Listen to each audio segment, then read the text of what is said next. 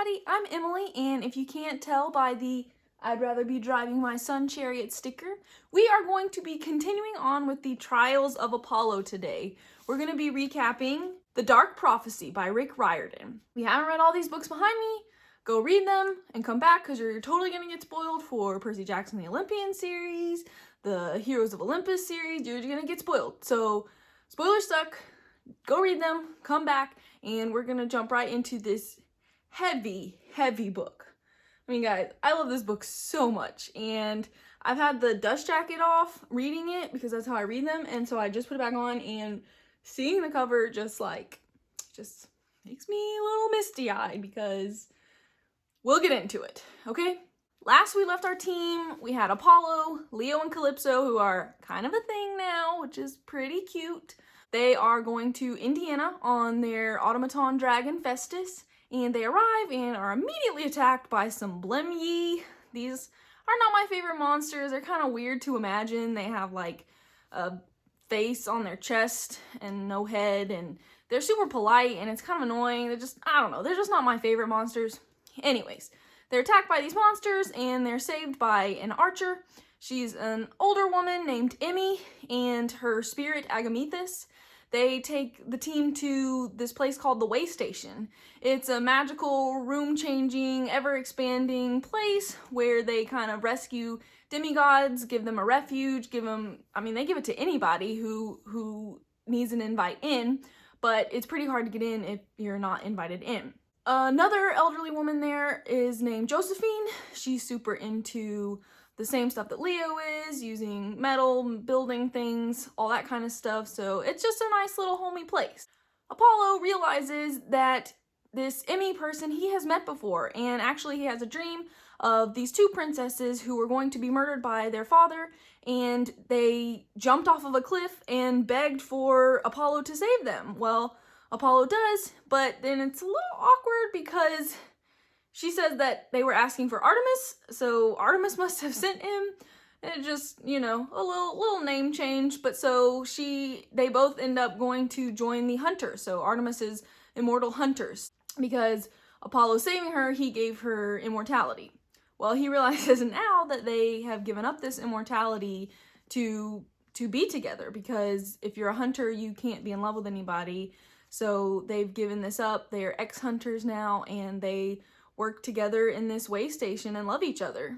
Another vision that Apollo has is Meg with Nero still. She looks just like a wilting flower. She's not doing well here. She's got to get out of that situation. When Apollo wakes up, he is confronted by this headless spirit named Agamethus who wants to speak to him. He uses this magic 8-ball to speak to everybody, and he says that Apollo is going to save some girl. Well, we find out that Josephine and Emmy have an adopted daughter named Georgina, who gets involved in this whole mess of stuff. There's this new Hercules guy who's coming to town, and he's been taking people and taking griffins and animals and collecting them, basically. Georgina couldn't stand it anymore, and she went to this oracle, which is the oracle of this book that we're liberating. She goes to this cave of Trophonius, and she's always felt a connection to it, so she went to look for some guidance there. To get through this prophecy, it's a little different than the last one, a little more dark.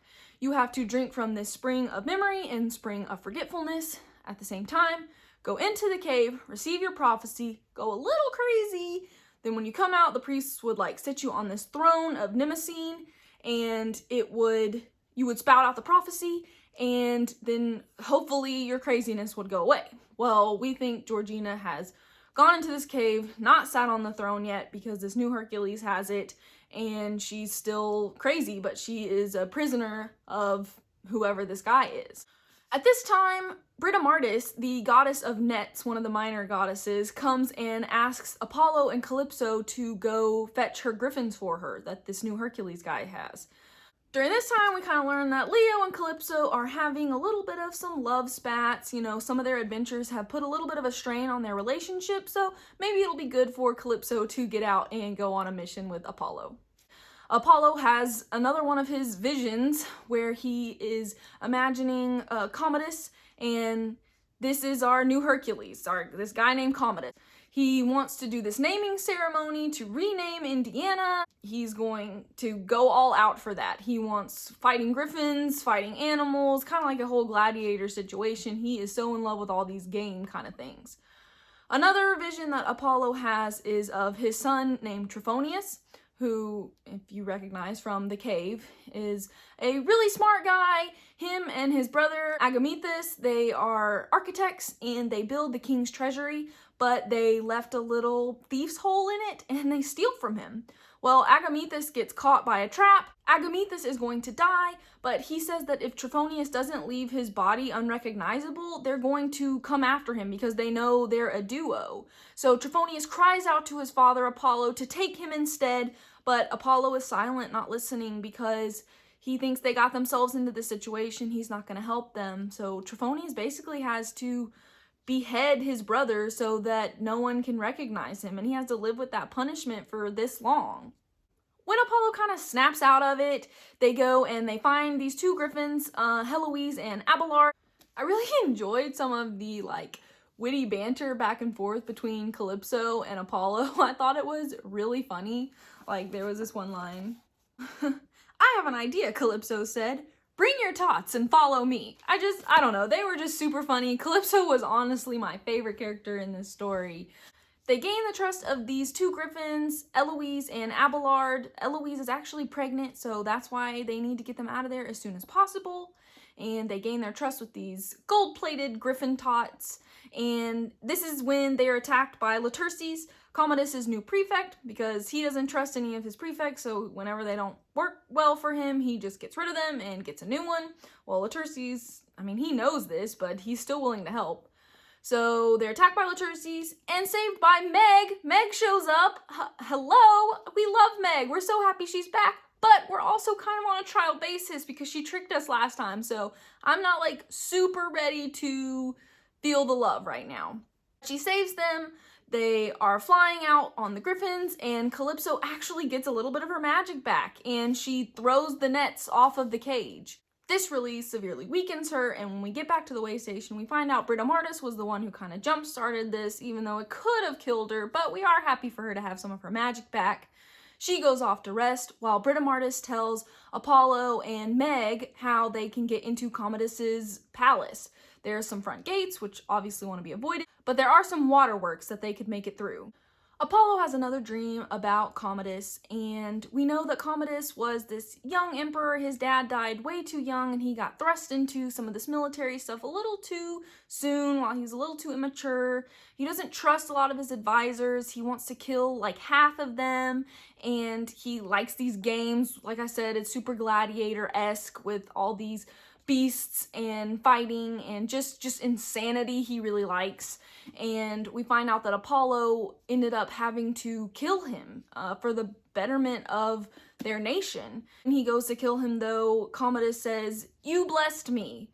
And that's just something that's really stuck with him, so he's not super looking forward to having to face Commodus again. Calypso stays behind, but Leo, Meg, and Apollo head off to enter into this palace. They're attacked by the Carthaginian Serpent, which I really enjoyed that battle. Once they're inside, they use some chia seeds to kind of guide themselves through. They hear that there's a distraction at the front gates, and we're thinking maybe it's the hunters of Artemis who maybe have come to help out some, but we're not sure. They run into a bunch of prisoners, some of which include this hunter of Artemis, this guy named Jamie, who's this big buff dude, and two little boys, and then they find Georgina, who is still doesn't have her sanity. She doesn't want anything to do with Apollo, and we have to get them split up. So Meg and Apollo run off to find the throne, while everybody else heads out of the palace. Apollo and Meg find the throne and run themselves right into a massive arena. This was one of my favorite parts of this book was this huge arena where it's so chaotic. There's animals everywhere. There's these battle ostriches. There's elephants. There's race cars. There's basketballs. It's just total insanity going on. And Commodus is attacking Apollo. He gets in a race car to attack him while Apollo gets on this elephant to smash him. And we find out that he's been holding Peaches this whole time, so Meg has to save Peaches. Then they reveal that this was totally just a dress rehearsal once Commodus has been defeated, and he says that Laertes hasn't done a good job. He wants to get rid of him. Well, this is when Festus breaks through the roof and the hunters showed up, led by Talia Grace, one of our favorite hunters. She's the leader, and we love her from the first series. Laertes has a brutal betrayal of Commodus and stabs him in the neck, which isn't enough to kill him, but Apollo sees this as an opportunity to give him a second chance, much to everybody else's dismay. He says that they need to save him. So they all head out on their flying dragon. Once back at the way station, the prisoners kind of get settled in. We learn a little bit more about them later, but we have to get Georgina on this throne. Once Georgina sits, instead of giving a prophecy, she gives a message from Trophonius to Apollo. He says that Meg and Apollo are to come to his cave first thing in the morning. He also leaves a hint that Georgina might be Apollo's daughter, which Josephine and Emmy aren't too stoked about, but they'll get over it. Laertes also reveals at this time that he put a tracker on one of the griffins, and so Commodus is going to be there in the morning to attack the way station. So we're going to have two things going on. But before then, we have the night to kind of prepare ourselves. So we talk with some of the prisoners. Apollo talks with Jamie, our big buff dude. He reveals that his name isn't really Jamie. It's really Awajime, but he finds that Jamie is a little bit easier to pronounce. He reveals that he's not really a demigod at all, but he calls himself an other, so maybe some sort of spin-off series with different types of gods? I think that would be exciting. Also, Leo comes to Apollo to reveal that they intend to stay at the way station once this is all over. Him and Calypso really need time to figure out their relationship, and they can't if they're always going through these battles and adventures and things like that. So they're not going to be our team in the next book, which is a bummer, but we know we'll get some new people. I can't wait to see who it is. Apollo also tries to consult the arrow of Dodona that he got from the last book, but the arrow is not super helpful. I mean, it kind of gives us little hints and it acts as a GPS, but other than that, I haven't seen it be super helpful. So the Cave of Trophonius is guarded by these Yales, which are these mythical beasts, and you know, it's the name of a university, but they really are called Yales. I looked it up. And one of my favorite lines is they're being attacked and they have to get to the spring of memory and spring of forgetfulness, drink at the same time, and then go into the cave. And Meg says, "These Harvards aren't gonna give us time." I just started dying laughing. That was like one of my favorite lines in the whole book. It just totally lightened the mood, which is good because it's really about to start getting heavy. So I hope you guys are prepared for that. Apollo ends up drinking from both springs, but Meg does not before they go into the cave, so her mind is not prepared to receive the prophecy, but that's okay.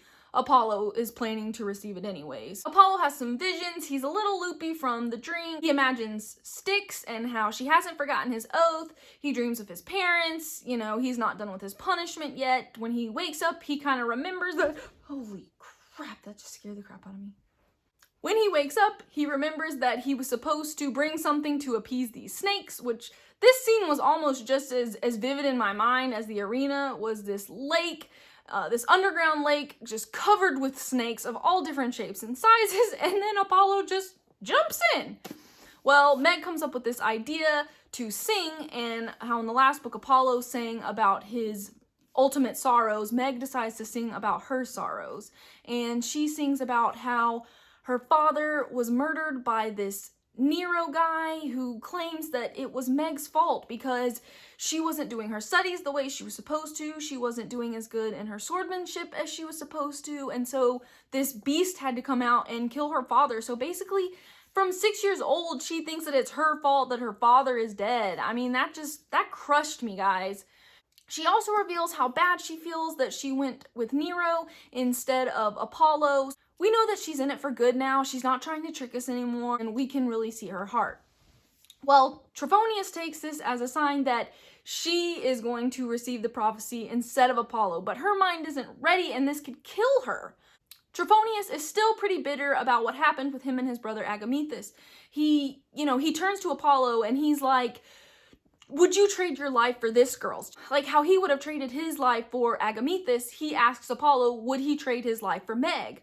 Well, Apollo's been pretty self-conceited throughout this series so far, but he says that yes, he would. And like that broke my heart, but then even worse, that's exactly what Trophonius wanted. He asks Apollo to do a favor for him to save Meg, and Apollo agrees. out of bitterness and out of spite, he uses these prophecy bees to go into Meg, and they start killing her. Well, we know in one of the prophecy, Apollo had death and madness to swallow, so he remembers this ancient like CPR technique to kind of pull the prophecy bees out of Meg. But we get visions of them like crossing the river Styx, meaning they are like that close to death, and we see from both perspectives that the only thing keeping them alive for as long as they were was that they just keep doing it for each other. Apollo is thinking of Meg, Meg is thinking of Apollo, and that's the only thing that gets them through this. Oh, it was just so good, guys. It's just so good. Once Apollo kind of snaps out of that, Meg is still unconscious, but Trophonius reveals that his favor is that he wants Apollo to destroy the oracle. He doesn't want Commodus using it anymore, and Agamethus will disappear when Trophonius does. So they head out and trick some Blemyi into destroying the cave, and then Carpos come and take them back to the way station where battle is full on happening. Apollo actually runs across Heloise, our griffin, who has laid her egg, but it hasn't hatched yet, but it's Heloise's body, and she's died during the battle, and that's why I'm saying this cover just destroyed me. I was so sad by this. They find that Commodus has captured Leo, Georgina, and Emmy, and we're in a stalemate right now. Apollo, the only way to fix this stalemate is that he reveals his true form to them, blinding Commodus and the guards. Commodus runs around, trying to attack, but in the end, Laertes kind of kicks him out the window. They let him go. I'm not really sure why. I mean, I wouldn't have done that, but they let him go. The way station kind of calms down. They're putting things back together. Festus has been destroyed piece by piece, but he's easily put back together. And they calm down and have a funeral for Heloise, and Abelard is just so sad, and I just can't even imagine an animal not understanding death. That just, it's just so sad. We get Meg to sit on our throne and deliver our next prophecy. I was wrong. I thought the last prophecy would be with us, but no, we have a new prophecy, and we think that it has to do with an attack on New Rome, and there's no communication, so we can't deliver that message to them. So Leo, even though he just said he was going to stay in the way station with Calypso, says that he volunteers to ride Festus to go warn New Rome what's coming. Another part of the prophecy is that Meg and Apollo have to go through this labyrinth, and they have to be guided by a satyr. And, we haven't heard from any satyrs in a while, and I only really know of one. And I just was covering the bottom of the paragraph because I didn't want to see who it was. But it is Grover Underwood, and he's going to be joining us in the next book, The Burning Maze. This is where our book ends off, and we'll have to continue on in the next one. Guys, I can't even believe this one was better than the first one, but I think it was. So I'm so looking forward to reading the next one with you guys, and until next time, see ya!